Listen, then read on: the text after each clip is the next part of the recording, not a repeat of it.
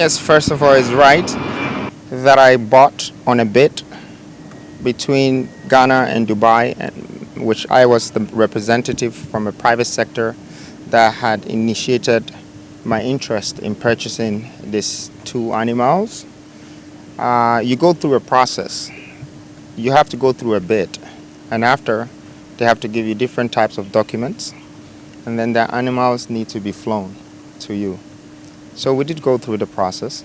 The animals are 7 months old, still at a very young stage. But I would like to share the reason why I went in for this. I went in to buy these animals to add the value of tourism in our country. I wanted to go into the safari world by making sure that Ghana becomes the first country in the whole of West Africa, East Africa, and Central Africa, except for South Africa, that have these animals. We wanted to be the first that will have it, and so I went in for the male and the female version of it. And I've been keeping them with me for 6 months. For the reasons why I've been keeping them with me is because of the process when you have these animals, what you have to do. You know, you have to feed them when they're babies 6 times a day, then it comes to 4 times, and you have to train them, you have to have someone taking care of them, veterinary, all of that. And so I've gone through the right process, and I brought experts from outside to create a safety cage for these animals so they don't become dangerous to the public. And so that's why I have them with me.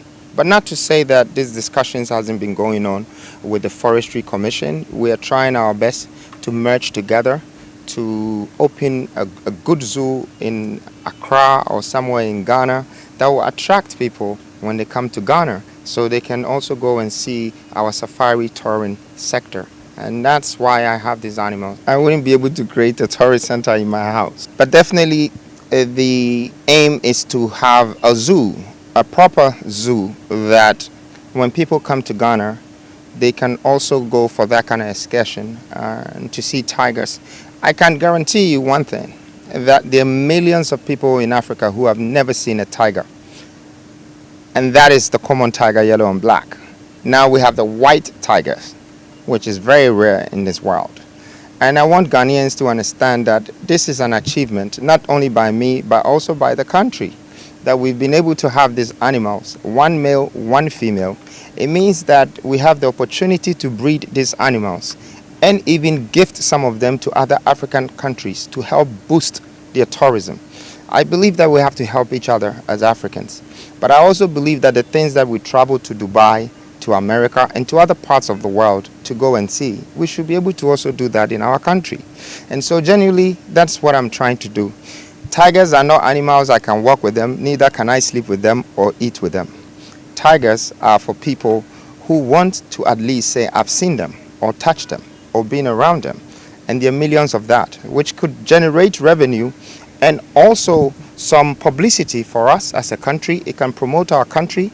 It can bring a lot of value to tourism. And so, again, I did not buy the tigers to keep them for myself. I bought them because I want to build a zoo for the nation, and I want to be able to raise the value of our tourism when it comes to a safari. People should be able to have this opportunity. And second, I want to be able to give some away when they breed, because I want to be, if not Ghana to be the first, I want Freedom Jacob Caesar to one day be the name that a child will mention and say, this was the man that brought tigers to a whole West Africa, and today we are making a lot of revenue and value from safari. The tigers are almost now 7 months.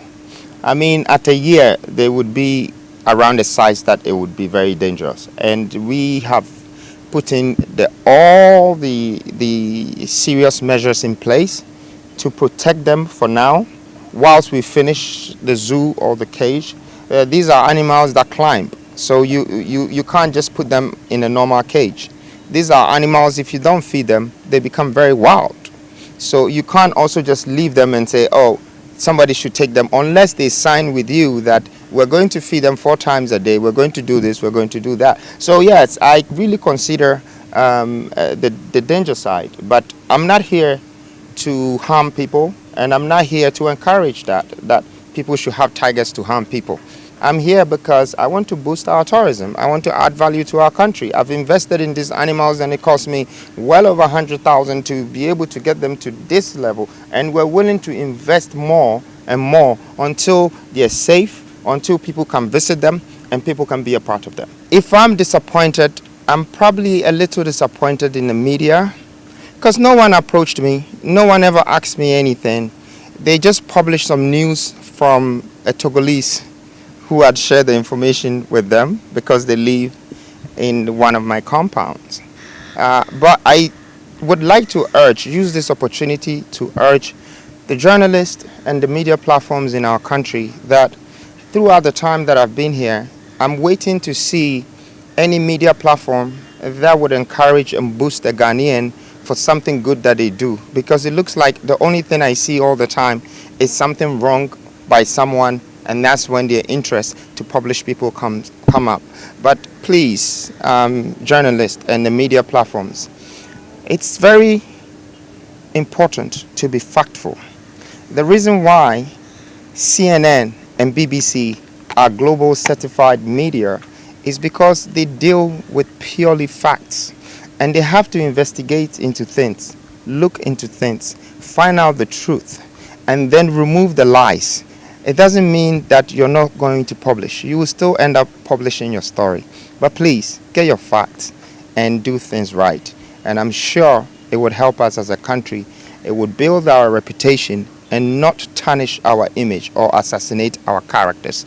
So I'm urging all the media platforms and the journalists that they can all become successful as long as they have genuine intentions. In the meantime, we have doctors, veterinary doctors from South Africa who have come in. We have architects who have come into the country that build zoos for Desmond Tutu Museum. You guys can find out yourself.